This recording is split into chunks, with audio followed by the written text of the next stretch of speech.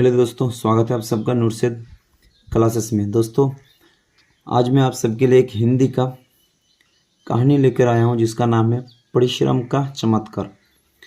है कि नहीं? ये कहानी बहुत मज़ेदार है, बहुत इंटरेस्टिंग है।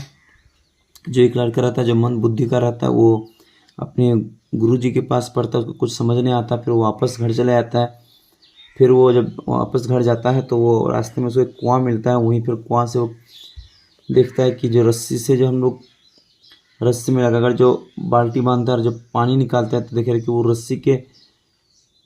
रस्सी से वो जो कुआं के पत्थर पर निशान पड़ जाता है। तो उसने वो जो ठान लेता है, सोच लेता है कि अगर एक रस्सी जो है, मुलायम रस्सी पत्थर पर निशान बना सकता है तो आखिर हम क्यों नहीं पढ़ सकते हैं, हम क्यों नहीं विद्वान बन सकते हैं। फिर वहाँ से वो अपने गुरुजी के पास वापस आते हैं। फिर बार बार प्रैक्टिस करने से बहुत बड़ा महान विद्वान बन जाता है। इसको हम लोग समझेंगे और अच्छे से। इसके आपको कुछ शब्द अर्थ है, आप इसको देख सकते हैं। शब्द अर्थ क्या है कि रिवाज। रिवाज मतलब परंपरा। रिवाज मतलब परंपरा। मंद बुद्धि मतलब थोड़ी बुद्धि वाला, जिसका थोड़ी बुद्धि हो। बुद्धू मतलब बेवकूफ़। बुद्धू मतलब बेवकूफ़। परिश्रम मतलब मेहनत। परिश्रम मेहनत। दृढ़ता मतलब मजबूती। दृढ़ता मजबूती। संकल्प मतलब दृढ़ निश्चय। संकल्प दृढ़ निश्चय। अवसर मौका। अवसर मतलब मौका। प्रारंभ शुरू। प्रारंभ मतलब शुरू। कठिन। कठिन मतलब मुश्किल। कठिन मतलब मुश्किल। परिवर्तन मतलब बदलाव। परिवर्तन बदलाव। देखिए आप दोस्तों, हम लोग इसको क्या करेंगे, स्टार्ट करेंगे। तो क्या कह रहा है कि वरदराज नाम का लड़का का नाम क्या था? वरदराज। वरदराज नाम का एक बालक था। बालक माने लड़का। जो शब्द अर्थ होगा, जो हिंदी का शब्द अर्थ होगा, अगर आपको कुछ समझ नहीं आ रहा, जो हार्ड वर्ड, जो मुश्किल शब्द अर्थ है, उसका मैं आपको सरल भाषा में आपको उसका अर्थ बता दूंगा। कह रहे कि वरदराज नाम का एक बालक था। वरदराज नामक क्या था? एक बालक यानी एक लड़का था। जब वह 5 वर्ष हो गया तब पिता ने उसे पढ़ने के लिए गुरुजी के पास भेज दिया। कितना? जब 5 वर्ष हो गया तो वो किसके पास? गुरुजी के पास भेज दिया। जैसे हम लोग 5 साल 7 साल हो जाते कि नहीं गाँव में, तो हम लोग कभी क्या करते हैं, अपने बच्चों को स्कूल ट्यूशन कोचिंग में भेज देते हैं। उसी प्रकार ये भी 5 साल के बाद ये गुरुजी के पास भेज दिया। गुरुजी के पास और भी कितने ही बालक पढ़ते थे। गुरुजी के पास और भी बच्चे थे, 10-12 जो भी थे।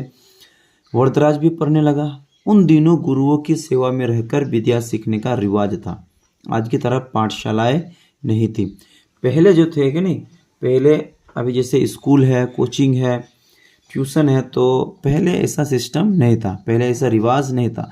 पहले रिवाज क्या था? जहाँ गुरु रहेगा, गुरु के घर पर जाना पड़ेगा, गुरु के कुटिया पर, गुरु के गुरुकुल पर जाना पड़ेगा और वहीं रहकर आपको विद्या शिक्षा अर्जित करना पड़ेगा, आपको सीखना पड़ेगा। वरदराज एकदम मंद बुद्धि था। उसे कुछ भी याद नहीं रहता था। उसके सहपाठी आगे बढ़ते गए। वह 1 साल की पढ़ाई में 3-3 साल लगातार रहा। वरदराज एकदम मंद बुद्धि था, एकदम थोड़ी बुद्धि वाला था। कुछ है कि नहीं, उसे कुछ भी याद नहीं रहता। जो भी कुछ याद करे, चाहे व्याकरण याद करना हो, चाहे गणित हो, चाहे हिंदी हो, कुछ भी उससे याद नहीं होता था। उसके जो सहपाठी थे, उसके जो क्लासमेट थे, उससे हमेशा आगे बढ़ते गए। है कि नहीं? ये अगर 1 साल का जो कोर्स है, 1 साल का सिलेबस जो है, वो उसमें 3-3 साल लगा देता है। इतना मंद बुद्धि था। आप समझ रहे? एक क्लास में कितना, अगर एक क्लास पकड़ा तो वो 3 साल लगा देगा। और कोई लड़का जो उसके साथ है वो 3 क्लास में चले जाएगा। गुरु जी उसे अलग से पढ़ाते, समझाते, पर सब बेकार। उसकी समझ में कुछ न आता। सहपाठी उसको छेड़ते। गुरु जी को लगा कि चलो हम, गुरु जी जो है कि नहीं, सबको एक साथ पढ़ाने लगा। उसको जब समझ नहीं आया तो गुरु जी ने उसको अलग से समय दिया, अलग से टाइम दिया और उसको पढ़ाते भी, समझाते भी, लेकिन फिर भी उसको कुछ समझ में नहीं आता था। पर सब बेकार क्या होता? सब बेकार चला जाता। उसकी कुछ समझ में कुछ नहीं आता था। सहपाठी जो उसके क्लासमेट जो उसका हमेशा छेड़ते थे, उसको चिढ़ाते थे, उसका मजाक उड़ाते थे। अब कोई बुद्धू कहता तो कोई मूर्खराज कहता। कोई कहता कि जब ब्रह्मा बुद्धि बांट रहे थे तब यह सोया हुआ था। है कि नहीं? ये उसके दोस्त उसको चिढ़ा दे कि तुम तो बुद्धू हो, तुम तो मूर्खराज हो। है कि नहीं? कोई कहता कि ब्रह्मा जब बुद्धि बांट रहे तुम तो सोए हुए थे, इसलिए तुमको बुद्धि नहीं मिली। इसी तरह की कितनी ही बातें उसे सुनने को मिलती थी। किसको? ये आपका है, आपका वरदराज, और उसके ये सहपाठी, और ये है उसके क्या है? गुरु जी हैं। आगे कह रहे कि एक दिन गुरुजी ने निराश होकर कहा, बेटा वरदराज, मैं समझता हूँ कि पढ़ना लिखना तुम्हारे बस की नहीं है। उसने कहा निराश होकर, पूरा हताश होकर, दुख होकर कहा कि बेटा वरदराज, मैं समझता हूँ कि पढ़ना लिखना तुम्हारे बस की नहीं है, तुम्हारे नसीब में है, तुम्हारी किस्मत नहीं है। मैंने कितना प्रयत्न किया, प्रयत्न माने कोशिश, मैंने कितना प्रयत्न किया, तुम्हें कितना समझाया, अलग से भी पढ़ाया, पर कुछ लाभ नहीं हुआ। लगता है तुम्हारे भाग्य में विद्या नहीं है। इससे तो अच्छा है घर जाओ और वहाँ का कामकाज देखो। कह रहा कि मैं तुमको कितना प्रयास किया, कितना ट्राई किया, कितना कोशिश किया, तुम्हें समझाया, तुम्हें अलग से भी पढ़ाया, पर कुछ लाभ नहीं हुआ, कोई फायदा नहीं हुआ, है कि नहीं। हमको लगता है कि तुम्हारे भाग्य में, तुम्हारी किस्मत में, तुम्हारे नसीब में विद्या नहीं है, शिक्षा नहीं है, इल्म नहीं है, तालीम नहीं है। इसलिए तुम क्या घर चले और वहाँ का जाके कुछ दुकान उकान करो, या जो भी घर का काम काज होगा, खेती बाड़ी होगा, उसको जाके संभालो, उसको देखो। वरदराज ने अपनी सामान गठरी बांध दी। गुरुजी के चरण माने पैर, गुरुजी के चरण छुए, साथियों से गले मिला और भारी मन से विदा हुआ। वह उदास हुआ, अनमना सा चल रहा था। अनमना मतलब इधर उधर धीरे चल रहा था। चलते चलते दोपहर हो गई, है कि नहीं। उसे भूख लग आई थी। रास्ते में खाने के लिए थोड़ा सा सत्तू गुरुजी ने उसे दिया था। मार्ग माने रास्ता, मार्ग में उसे एक कुआं दिखाई पड़ा। वह सत्तू खाने के लिए कुएं की जगत पर बैठे। जगत माने कुएं की किनारा। क्या क्या गुरुदराज, तो वरदराज ने क्या अपने सामान को बांध लिया और गुरुजी का पाँव छुआ और फिर साथियों से गिले मिलने के बाद भारी मन से रोते रोते हुए कहाँ से वो अपना निकल गया। जब वो जा रहा था तभी उसको दोपहर का समय, अगर उसको भूख भी लग गया, प्यास भी लग गया, तो उसने एक कुआं दिखाई दिया, तो कुआं के वो बगल में जाकर बैठ गया। अब बैठ कर क्या होता है, देखिए दोस्तों आगे क्या होता है। जब वो बैठा तो उसने देखा कि जगत पर जो कुआं जो है, कुआं से जो पानी निकालते हैं हम लोग, तो एक बाल्टी से पानी निकालते हैं, है क्या नहीं। अब बाल्टी से वो जब रस्सी से पानी को निकालते हैं, रस्सी से बाल्टी में बंधा हुआ होता है, तो बाल्टी जब खींचते हैं तो कुआं पर निशान पड़ जाते हैं। उसने देखा कि जगत पर पानी खींचने की रस्सी की रगड़ से जगह जगह पत्थर घिस गए हैं और उन पर निशान पड़ गए हैं, है कि नहीं। जब देखा कि जब रस्सी को रगड़ से ये जब रस्सी है ना, ये रस्सी जो है, जब इसको खींचा गया रस्सी को, तो उस पत्थर क्या हो गया, यहाँ पत्थर घिस गया, उस पर निशान पड़ गया, उसको चिन्ह पड़ गया। चबूतरे पर घड़े और गागरे रखने से पत्थर के गड्ढे पड़ गए हैं। चबूतरे, यहाँ जो बाल्टी को रखा है, या जो घाघरा रखा गया, जो घड़ा रखा है, यहाँ पर भी क्या हो गया, यहाँ भी गड्ढा बन गया है, खाद बन गया है। वरदराज के दिमाग में बिजली सी कौंध गई। उसने सोचा बार बार की रगड़ से कोमल रेशों से, रेशो माने रस्सी, कोमल रेशों से बनी रस्सी पत्थर को काट सकती है। उसने कहा कि यार बार बार हम क्या करते हैं, उसने दिमाग में बिजली सी कौंध गई, बिजली से तेज आ गई। उसने सोचा कि यार बार बार हम प्रैक्टिस करते हैं, बार बार रगड़ करते हैं, बार बार रगड़ से, बार बार अभ्यास से जो कोमल रस्सी जानते हैं कितना कोमल होता है, कितना मुलायम होता है, वो पत्थर को भी क्या कर सकते हैं, काट सकती है। पत्थर को भी काट दिया। मिट्टी के घरों से जो जरा सी चोट लगने से टूट जाते हैं, पक्के पत्थरों पर भी गड्ढे बन सकते हैं। उसने सोचा कि जो मिट्टी का बर्तन होता है, मिट्टी का जो बुढ़िया होता है, मिट्टी का जो घड़ा होता है, उस पर थोड़ा सा अगर हाथ मारे तो क्या हो सकता है, टूट जाता है।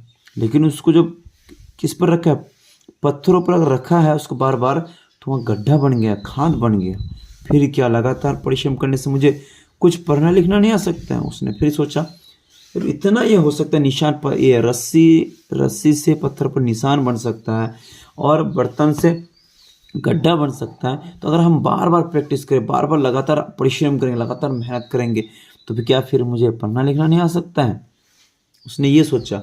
बस वह स्वयं ही बोल उठा, मैं कठिन परिश्रम करूंगा, फिर देखता हूँ मुझे विद्या कैसे नहीं आती। विद्या माने शिक्षा कैसे नहीं आती। वह उसके स्वर में आत्मविश्वास की दृढ़ता थी, कुछ कर दिखाने का संकल्प था। उसने स्वयं बोल उठा कि मैं इस बार बहुत कठिन परिश्रम करूंगा, फिर मैं देखता हूँ कि मुझे विद्या कैसे नहीं आती है। और उसने इस बार जो उसके स्वर में, उसके आवाज़ में, स्वर मन आवाज़ साउंड में इस बार कॉन्फिडेंस था, उसमें आत्मविश्वास की दृढ़ता थी, कुछ कर दिखाने का, कुछ करने का जुनून था, जोश था। उसने कुएं पर रखे डोल से पानी निकाला, डोल माने जो को बर्तन को, डोल से पानी निकाला, हाथ मुंह धोया और सत्तू खाकर पेट भर पानी पिया। अब वो लौट पड़ा। अब की बार कहाँ लौट पड़ा, देखते हैं कहाँ लौट पड़ा। अब वो लौट पड़ा, कहाँ लौटेगा वो इस बार आप वो गुरुजी के कहाँ पे? गुरु जी के, फिर वापस गुरु जी के पास वापस चले जाएगा। उसके कदम अब की बार उसके कदम पहले की तरह भारी नहीं थी, वो तेजी से चल रहा था। लेकिन इस बार जब वो चल रहा था ना, तो इसमें कदम डगमगा नहीं रहा था, एकदम उसके कदम एकदम तेजी से क्या, तेजी से चल रहा था, तेजी से चल रहा था। सूर्य अस्त होने के, सूर्य माना सूर्य डूबने ही वाला था, सूर्य अस्त होने से पहले ही वह गुरु जी के घर पहुंचा। कहाँ पहुंचा? गुरु जी के घर पर। उसने गुरु जी के चरण छूकर प्रणाम किया। उसके साथियों को जब पता लगा कि वह फिर वापस आ गया, तब वे तरह तरह की बातें बनाने लगे। गया वहाँ, गुरु जी के पाँव छुआ। जब उसके साथी को, उसके दोस्त को, उसके मित्र को, उसके सहपाठी को पता लगा, तो फिर से वे तरह तरह की बातें बनाने लगे, फिर से उसको चिढ़ाने लगे। गुरु जी उसे देखते ही बोले, बेटा वरदराज, तुम घर नहीं गए क्या? वह नम्रतापूर्वक बोला, गया था गुरु जी, पर आधे रास्ते से लौट गया था। लेकिन इस बार वो घर नहीं गया, आधे रास्ते से कुआं से वापस आ गया। अब मेरी आंखें खुल गई है, मैंने निश्चय किया कि मैं पूरी लगन और पूरी परिश्रम से पढ़ूंगा। उसने कहा कि मेरा आंखें खुल गया इस बार, लेकिन मैं क्या कर रहा हूँ? पूरी लगन से, पूरी परिश्रम से मैं क्या करूँगा? पढ़ूंगा। आज से आपको कुछ भी कहने का अवसर नहीं दूंगा, आपको अवसर नहीं देंगे, आपका चांस, आपका मौका नहीं दूंगा। किसने कहा? वरदराज ने कहा। किसको? अपने गुरु जी को। कब? जब वो इस बार आधे रास्ते से घूमकर गया। गुरु जी का दिल पसीज गया है कि नहीं? बोले, ठीक है, कुछ दिन और देख लेता हूँ। उसने कहा, भाई पहले भी तो तुम कितना साल रहे हो, चलो ठीक है, तुम कहते हो तो इस बार भी तुम कम कुछ दिन और देख लेता हूँ, क्या तुम पढ़ पाते हो या नहीं पाते, तुम्हारे बात में दम है या नहीं है। तुम जो कुछ कह रहे हो उसे कर दिखाओगे तो मुझे बड़ी प्रसन्नता होगी। मुझे प्रसन्नता मतलब खुशी। गुरु जी ने उसको दुआ दिया, उसको आशीर्वाद दिया कि जो तुम कहते हो ना, उसे तुम करके दिखाओ, जो तुम बोलते हो उसे करके दिखाओ। अगर तुम ये कर लिए तो मुझे बहुत प्रसन्नता होगी, मुझे बहुत खुशी होगी, मैं बहुत हैप्पी होऊंगा। वरदराज की पढ़ाई प्रारंभ हुई। अब तो उसकी भूख और नींद पता नहीं कहाँ भाग गई। वह रात को देर तक पढ़ता रहता और पढ़ाता सबसे पहले उठ जाता। दिन में एक क्षण माना एक मोमेंट, पल, एक क्षण बेकार नहीं गवाता। लेकिन इस बार जब पढ़ाई शुरू हुआ तो इधर भूख नींद कहाँ चली गई कुछ पता ही नहीं। अभी ऐसा नहीं कि हमको भूख लगा खाना नहीं, ऐसा नहीं। रात को देर तक, रात 12, 1, 2 बजे तक पढ़ता था और फिर सुबह पढ़ाता माना सुबह पहले ही उठ जाता। सुबह क्या? पहले ही उठ जाता। दिन में एक क्षण, दिन में एक भी पल, एक भी क्षण, एक टाइम, एक सेकंड भी उसने बर्बाद नहीं करता था। फिर क्या जो पाठ याद करना उसे ऊंचे पहाड़ पर चढ़ने की तरह कठिन प्रतीत होता था, वही अब आसान हो गया है कि नहीं? देख रहे हो आपकी पढ़ाई क्या हो गया उसके लिए। जो पहले पहाड़ की तरह, ऊंचे पहाड़ की तरह उसको मुश्किल लगता था, दिक्कत लगता, आपको पढ़ाई क्या हो गया? बहुत आसान हो गया। गुरुजी और दूसरे छात्र इस परिवर्तन को देखकर आश्चर्य हो गया, हैरान रह गया। जब गुरुजी ने और दूसरे छात्र ने इस परिवर्तन को देखा तो पूरा क्या होगा? आश्चर्य हो गया, हैरान हो गया। वो लोग सोचने लगा कि ये वही वरदराज लड़का है जो एक साल की कोर्स को, एक साल के सिलेबस को वो 3 साल लगा देता था और ना इससे याद होता था ना कुछ इससे हो पाता था। लेकिन आज ये लड़का जो है कि नहीं, दिन भर भी पढ़ाई करता और रात तक भी पढ़ाई करता और सुबह पहले ही उठ जाता। ये सब देखकर उन लोग हैरान रह गया, आश्चर्य रह गया, उसके गुरु और उसके मित्र। आगे देखते हैं दोस्तों, आगे क्या करा है कि अब वरदराज की गिनती प्रतिभाशाली छात्र में होने लगी। अब उसका जो गिनती है ना, टैलेंटेड इंटेलिजेंट बच्चा होने की छात्रों में उसको काउंटिंग होने लगा। कल का बुद्धू वरदराज अब बुद्धिमान बन गया, इंटेलिजेंट बन गया। जो बुद्धू था, जो मूर्ख था, यह लगन और कठिन परिश्रम का चमत्कार था। ये किसका? ये कोई जादू नहीं था, कोई मैजिक नहीं था, ये तो बस लगन था, एक जोश था, एक जुनून था और कठिन परिश्रम, हार्ड वर्क का ही चमत्कार था, जादू था।